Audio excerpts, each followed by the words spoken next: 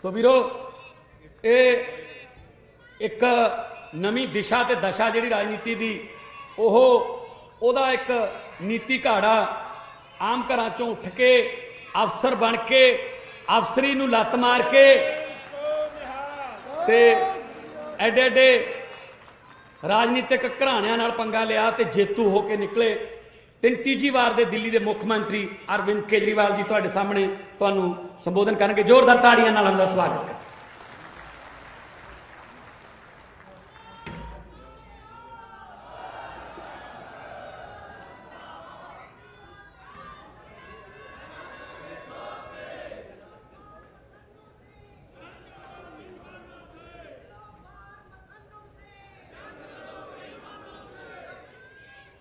आज यहाँ पे इतनी भारी संख्या में आए हुए सभी भाइयों बहनों माताओं बुजुर्गों बच्चों आप सब लोगों को मेरा नमस्कार, सबको सत श्री अकाल। वाहिगुरु जी का खालसा वाहिगुरु जी की फतेह। दोस्तों, आजकल पंजाब में कांग्रेस की सरकार है। पहले कैप्टन साहब मुख्यमंत्री थे। कैप्टन साहब ने पिछले चुनाव में खूब वादे किए, झूठे झूठे वादे किए। सबको नौकरी दूंगा, एक भी आदमी को 5 साल में नौकरी नहीं दी। उन्होंने कहा बुढ़ापा पेंशन बढ़ाऊंगा, बुढ़ापा पेंशन भी नहीं बढ़ाई। उन्होंने कहा कर्जे माफ करूंगा, एक भी किसान का कर्जा माफ नहीं किया। उन्होंने कहा स्मार्टफोन दूंगा, एक भी स्मार्टफोन नहीं दिया। जब कांग्रेस को लगने लगा कि कैप्टन साहब से तो हार जाएंगे, तो अभी 3 महीने पहले उन्होंने चन्नी साहब को मुख्यमंत्री बना दिया। अब चन्नी साहब ने नए नए ऐलान करने चालू किए हैं, रोज नए नए ऐलान करते हैं। लेकिन एक बात जरूर है, इससे बड़ी भारत के इतिहास में नौटंकीबाज और ड्रामेबाज सरकार आज तक हमने नहीं देखी।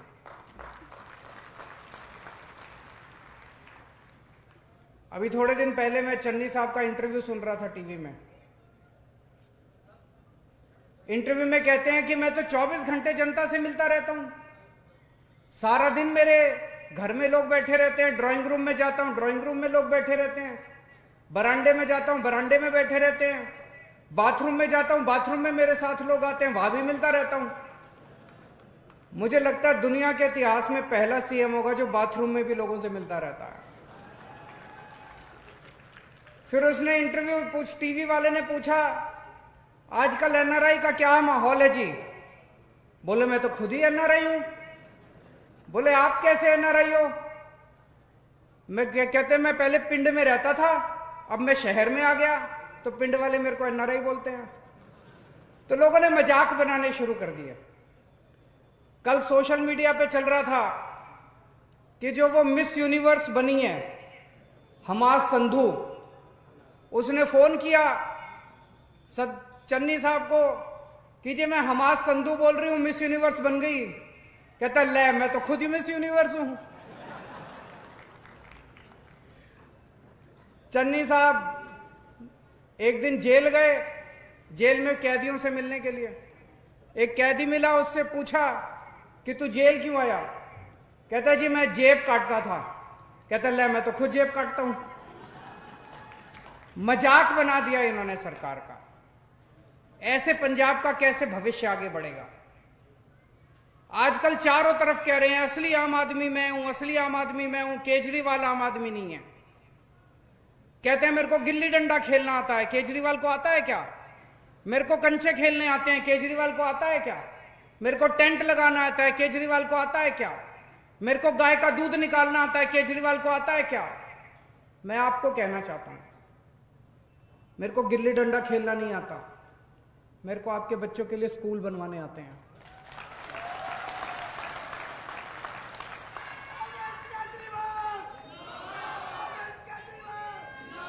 मेरे को कंचे खेलने नहीं आते, आपके परिवार का इलाज करने के लिए अस्पताल और मोहल्ला क्लिनिक बनाने आते हैं मेरे को।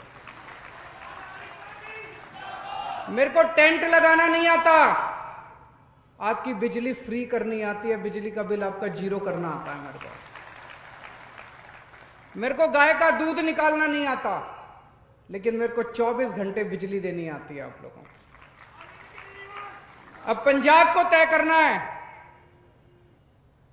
कि उनको गिल्ली डंडा खेलने वाली सरकार चाहिए कि अच्छे स्कूल और अस्पताल बनाने वाली सरकार चाहिए। आज कांग्रेस पार्टी एक सर्कस बन गई है। सर्कस गए होगे ना, वैसी सर्कस बन गई है। सिद्धू साहब की चन्नी साहब से नहीं बनती, चन्नी साहब की जाखड़ साहब से नहीं बनती, जाखड़ साहब की प्रताप बाजवा से नहीं बनती, प्रताप बाजवा की फतेहचंद बाजवा से नहीं। सारे लड़ रहे हैं आपस में।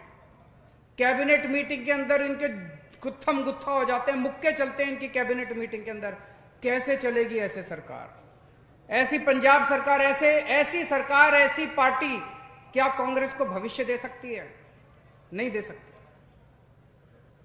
आज तक की पंजाब की सबसे भ्रष्ट सरकार है, सबसे भ्रष्ट सरकार। इनको पता है कि अब जाने वाले हैं, ऊपर से लेके नीचे तक सारे कमाने में लगे हुए हैं। जाते जाते जितना कमाना है सारे कमा लो। रेता चोरी, मुख्यमंत्री के चन्नी साहब के हलके के अंदर रेता चोरी हो रही है। राघव चड्ढा रेड मार के आया था अभी 3 दिन पहले, आपने टीवी में देखा होगा। मुख्यमंत्री के हलके के अंदर रेता चोरी हो रही है। ऐसा हो सकता है मुख्यमंत्री को नहीं पता हो? मुख्यमंत्री को पता होगा, नहीं पता होगा? अगर मुख्यमंत्री के हलके में चोरी हो रही है तो इसका मतलब मुख्यमंत्री चोरी करवा रहा होगा, कुछ ना कुछ उसके पास भी जाता होगा, तभी मुख्यमंत्री के हलके। ऊपर से लेके सारे नीचे तक इनके विधायक, इनके मंत्री सब चोरी करने में लगे हुए हैं। अभी थोड़े दिन पहले एक मंत्री ने दूसरे मंत्री पे आरोप लगाया कि ट्रांसफर पोस्टिंग में चोरी कर रहा है। हर मंत्री, हर विधायक चोरी करने में लगा हुआ है। इससे भ्रष्ट सरकार आज तक हमने कभी नहीं देखी, और झूठे ऐलान करे जा रहे हैं। चन्नी साहब कहते हैं मैंने रेता 5 रुपए फुट कर दिया। मिल रहा है रेता 5 रुपए फुट कहीं पे? चन्नी साहब कह रहे हैं मैंने 100 रुपए केबल के कर लिए, केबल वाला 100 रुपए ले रहा है। चन्नी साहब कहते हैं मैंने बिजली फ्री कर दी, जीरो बिजली का बिल कर दिया। बिजली का बिल आ रहा है, नहीं आ रहा है? एक के बाद एक सारे झूठे वादे करते जा रहे हैं। मुझे बड़ी खुशी, आज इतनी सारी मां बहनें आई हुई हैं। हमारी सरकार बनने के बाद हर बेटी, हर मां, हर बहन के अकाउंट में हर महीने 1000 रुपए डलवाएंगे। डलवाने चाहिए, नहीं डलवाने चाहिए? माँ जी हाथ खड़े करके बता दो, डलवाने चाहिए, नहीं डलवाने चाहिए? जब से मैंने ऐलान करा है, मेरे को खूब गालियां दे रहे हैं ये सारी पार्टी वाले, ये सारे नेता खूब गालियां दे रहे हैं कि अगर हर औरत के अकाउंट में 1000 रुपए डलवा दिए तो सरकारी खजाना खाली हो जाएगा। अरे सरकारी खजाना तो तुम लोगों ने खाली कर दिया, लूट लिया तुम लोगों ने। जब तुम लोगों ने हजारों करोड़ रुपए लूटे तब सरकारी खजाना खाली नहीं हुआ, लेकिन अगर मेरी मां और बहन को 1000 रुपए महीना मिल जाए तब सरकार का खजाना खाली हो जाएगा।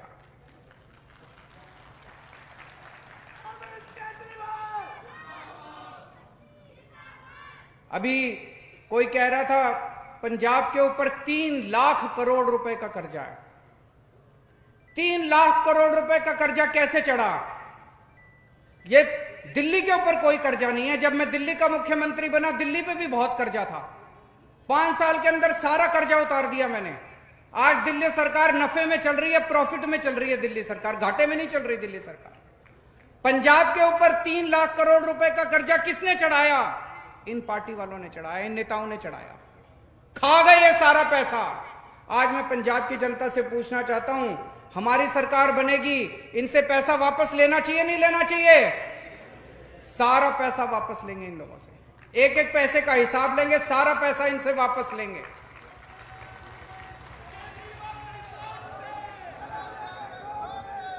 ये कहते हैं महिलाओं को 1000 रुपए देने का पैसा कहां से आएगा?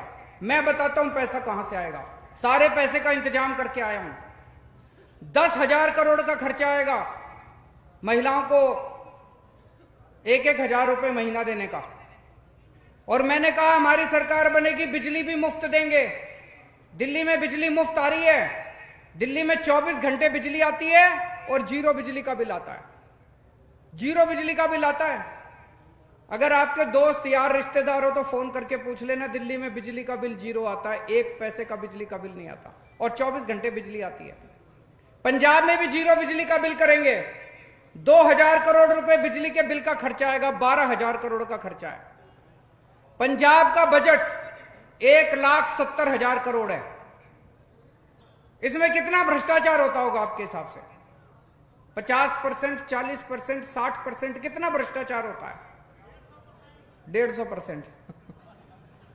मान लो 20% भ्रष्टाचार होता है तो 34,000 करोड़ रुपया हर साल, 34,000 करोड़ रुपया ये नेता खा जाते हैं। इन नेताओं की जेब में जाता है, स्विस बैंकों में जाता है। हमारी सरकार बनेगी, अब ये पैसा स्विस बैंक में नहीं जाएगा, अब ये पैसा नेताओं की जेब में नहीं जाएगा, अब ये पैसा मेरी मां बहनों की जेब के अंदर जाया करेगा।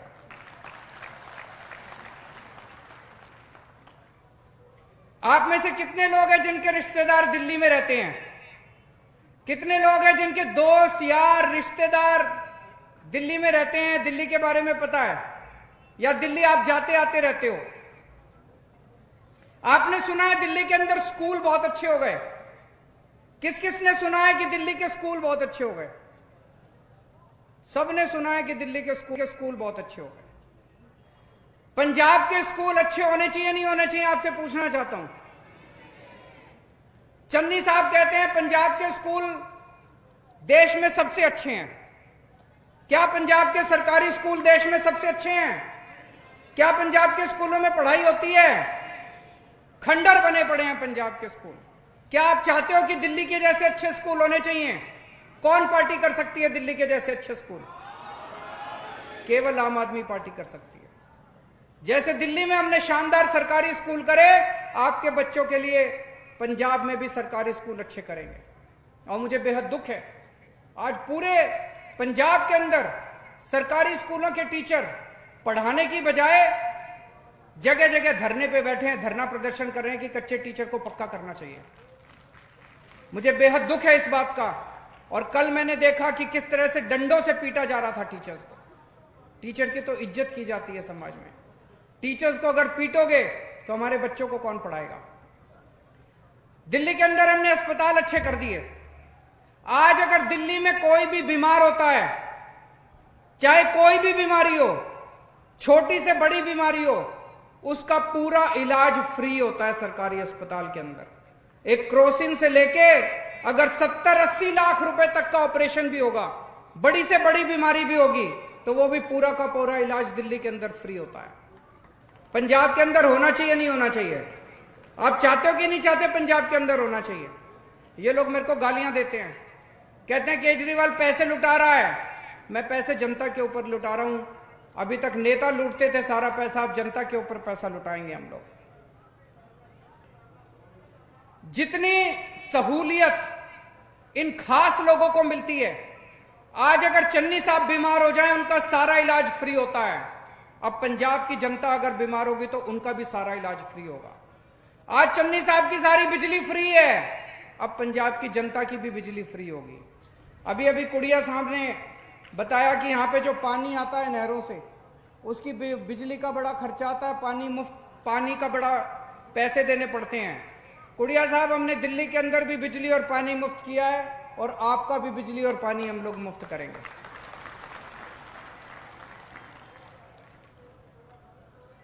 कांग्रेस चारों तरफ घूम घूम के कह रही है एससी भाईचारे के लोग हमें वोट दे दो, एससी भाईचारे के लोग हमें वोट दे दो। हमने एससी भाईचारे का मुख्यमंत्री बना दिया। मैं एससी भाईचारे के लोगों से कहना चाहता हूं कि चन्नी साहब आपके एससी भाईचारे के तो हो सकते हैं, लेकिन केजरीवाल आपका भाई है, आपके परिवार का हिस्सा है। अगर कल को आपके घर में कोई बीमार होगा तो चन्नी साहब काम नहीं आएंगे, केजरीवाल आपके बच्चे का इलाज कराएगा। अगर आपके बच्चे की कल पढ़ाई नहीं हो रही होगी, आपके बच्चे को आईएएस बनाना होगा, तो मैं और आप मिलकर आपके बच्चे को आईएएस बनाएंगे, चन्नी साहब काम नहीं आएंगे। मेरी आपसे केवल यही विनती है कि जितना प्यार और मोहब्बत पंजाब के लोगों ने हम लोगों को दी है, वो प्यार और मोहब्बत आप हमें देते रहिए। 1966 में पंजाब बना था। पहले पंजाब और हरियाणा एक ही सूबा होते थे। 1966 में पंजाब बना था। तब से लेके आज तक 25 साल पंजाब पे कांग्रेस ने राज किया, 19 साल पंजाब पे अकाली दल ने राज किया। आपने 25 साल कांग्रेस को दिए, 19 साल अकाली दल को दिए। मैं आपसे केवल 5 साल मांग रहा हूं। आप हमें 5 साल दे दो। अगर पसंद नहीं आए तो अगली बार हटा देना हम लोगों को।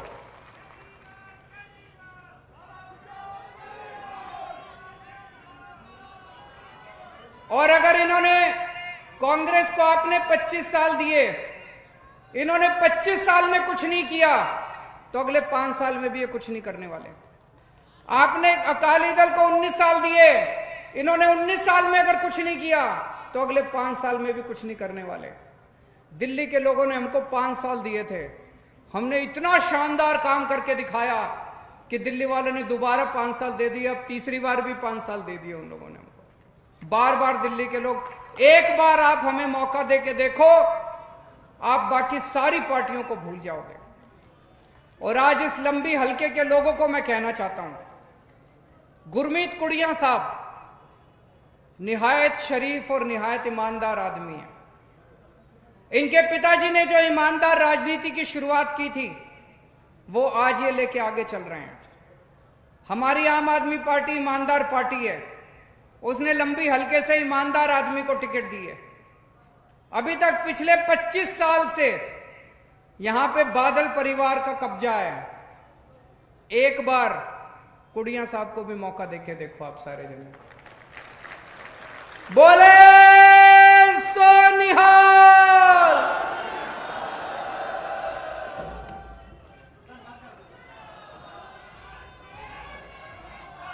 सारे ही